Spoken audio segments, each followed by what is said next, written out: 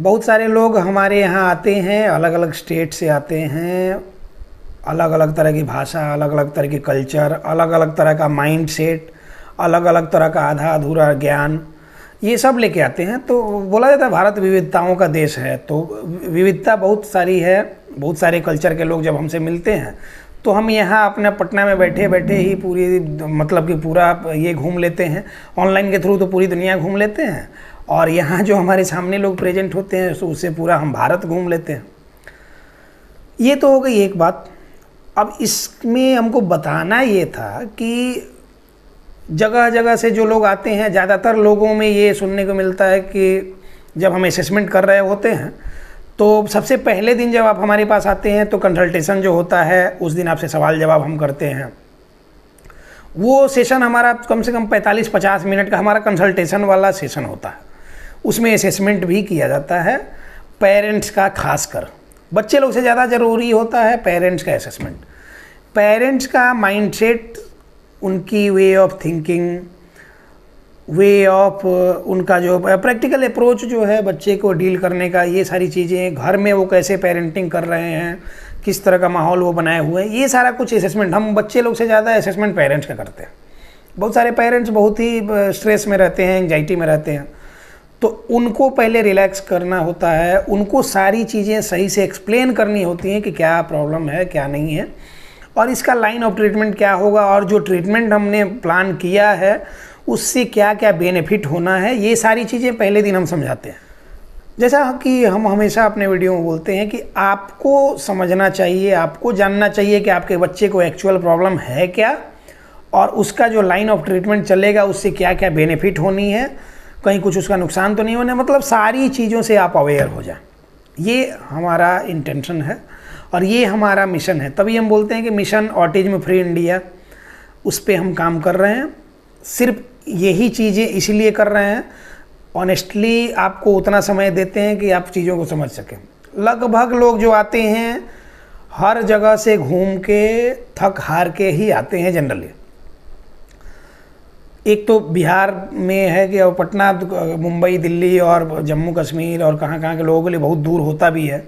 घर से दूर जाना, वो भी 5-7 दिन 10 दिन के लिए जाना, नए जगह में नया व्यवस्था करना, बच्चा कोऑपरेटिव नहीं है, बच्चे को प्रॉब्लम है, वो कोऑपरेट नहीं कर सकता है, बाहर की चीज़ें नहीं खाता है, घर में सारी चीज़ें बननी चाहिए तो वो खाता है, ये सारी चीज़ें, ये सारी प्रॉब्लम को झेलते हुए भी इतना बड़ा डिसीजन लेना कि 10 दिन के लिए कहीं बाहर जाके बच्चे को स्पेशली लेके जाएं, तो ये आप इसलिए कर पाते हैं, जो लोग भी आए हैं इसलिए कर पाते हैं कि उनको एक उम्मीद होती है हमारे से कि हाँ यहाँ जाएंगे तो कुछ सोल्यूशन मिलेगा। और हमको खुशी है कि जाते जाते लोग बोलते हैं कि जिस उम्मीद से आए थे वो हमारी उम्मीद पूरी हुई, तो ये अच्छी बात है, आप लोग के सहयोग से हो रहा है। जम्मू कश्मीर कटरा से जो आप लोग आए थे, तो आपकी जो बच्ची है, आपने जैसे बताया कि इसको सीवियर ऑटिज्म डायग्नोस किया गया, मतलब पहले कहीं सेंटर में उन लोग गए थे तो सीवियर ऑटिज्म बताया था उनके बच्चे को।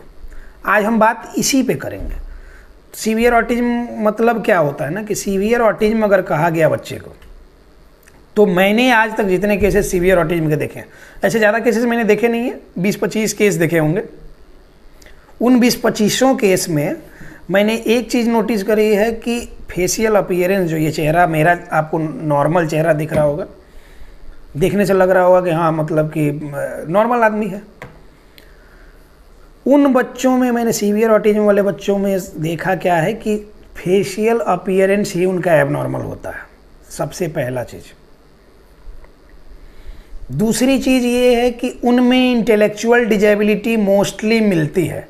इंटेलेक्चुअल डिजेबिलिटी मतलब कि बौद्धिक क्षमता की कमी। और जिस बच्ची के बारे में आप लोग कह रहे थे कि सीवियर ऑटिज्म डायग्नोस किया गया है, उसमें ऑटिस्टिक फीचर्स तो हैं, लेकिन सीवियर ऑटिज्म वो नहीं, वो चेहरे से एकदम नॉर्मल है, बात को समझ रही है, उसमें सिटिंग इंटॉलरेंस और रेस्टलेसनेस ज़्यादा है, उस पर काम होगा, सिम्टोमेटिक ट्रीटमेंट चलेगा। अब इसमें क्या होता है कि प्रॉब्लम कुछ भी हो, जहाँ भी आप जाते हैं, किसी के पास भी जाते हैं, हम नहीं कह रहे हैं कहाँ जा रहे हैं नहीं जा रहे, सेंसरी इंटीग्रेशन थेरेपी लिख दिया जाता है। तो सेंसरी इंटीग्रेशन थेरेपी 1000 सेंटर्स है, हज़ारों सेंटर पे आप जाइएगा तो लिखा वही जाएगा।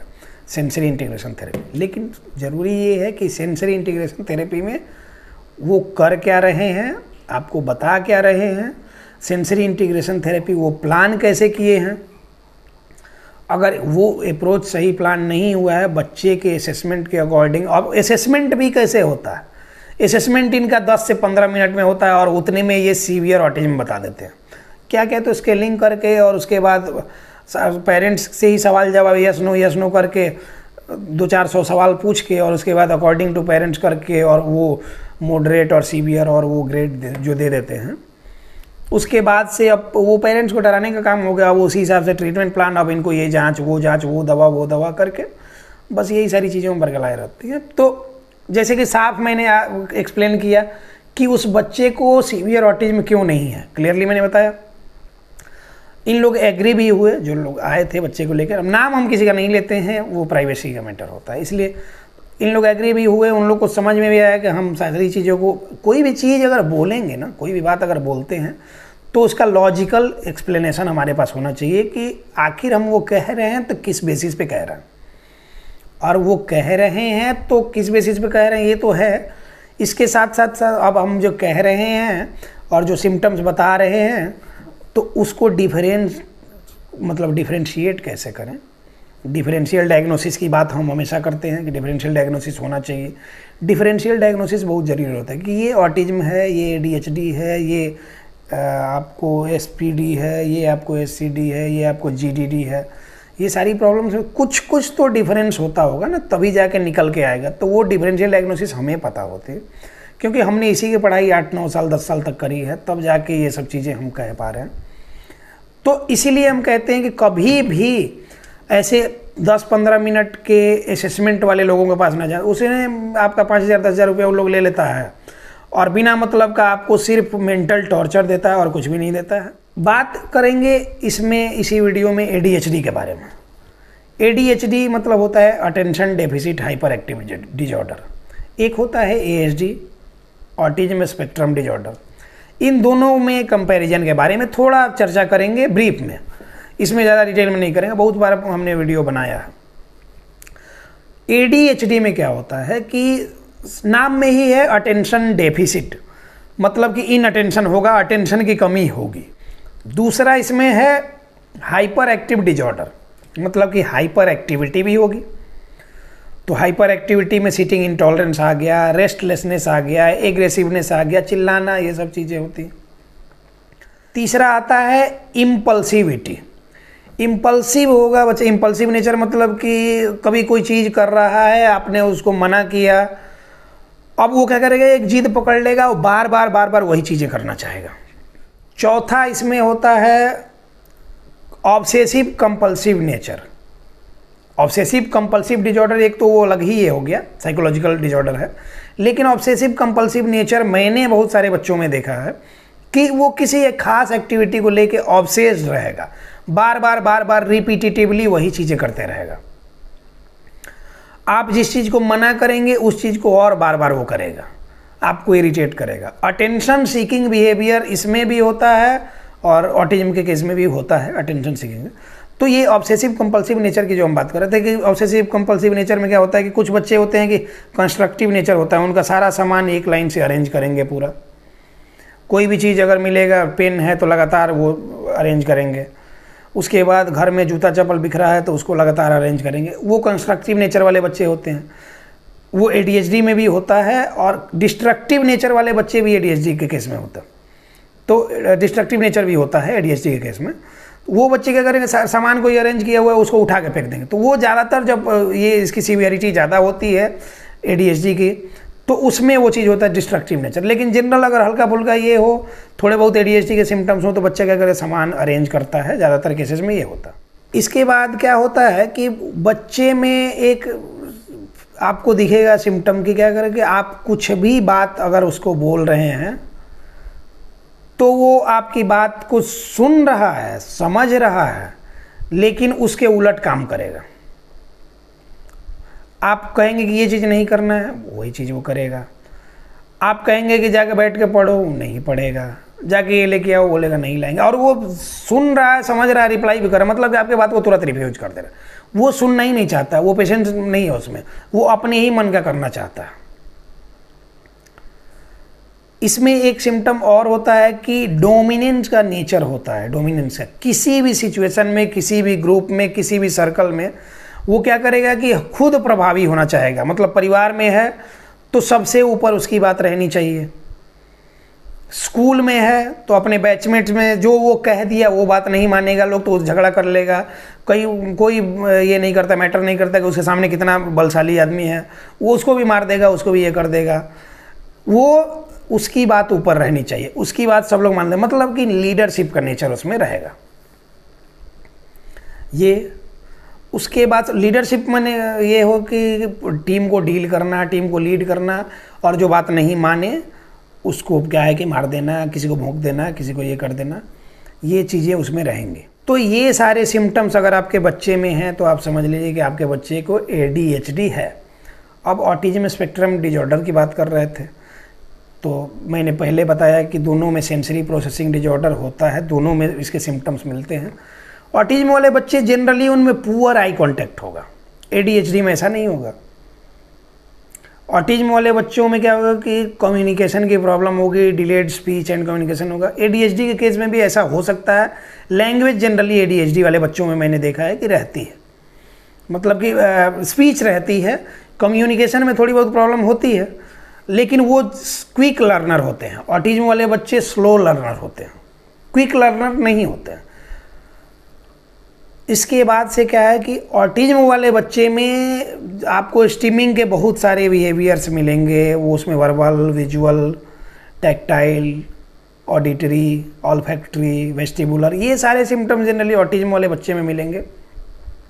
ADHD में 1-2 सिम्टम्स इसमें से मिलेंगे। ऑटिज्म वाले बच्चों में जनरली क्या होता है कि आपको सिटिंग इंटॉलरेंस हो सकता है कि मिले, रेस्टलेसनेस आपको मिले, लेकिन हाइपर एक्टिविटी बहुत कम होती है।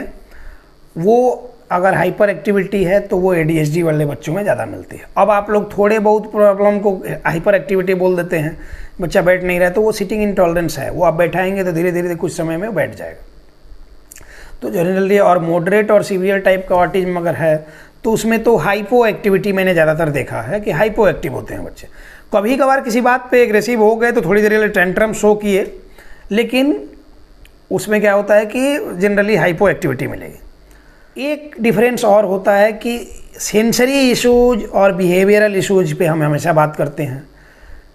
ADHD वाले बच्चे में बिहेवियरल इश्यूज ज़्यादा मिलेंगे, जानबूझ के बदमाशी करना, जानबूझ के चीज़ों को ये करना, अटेंशन पाने के लिए सामान उठा के फेंक देना, जानबूझ के कोई सामान तोड़ देना, पटक देना, अटेंशन सीकिंग बिहेवियर।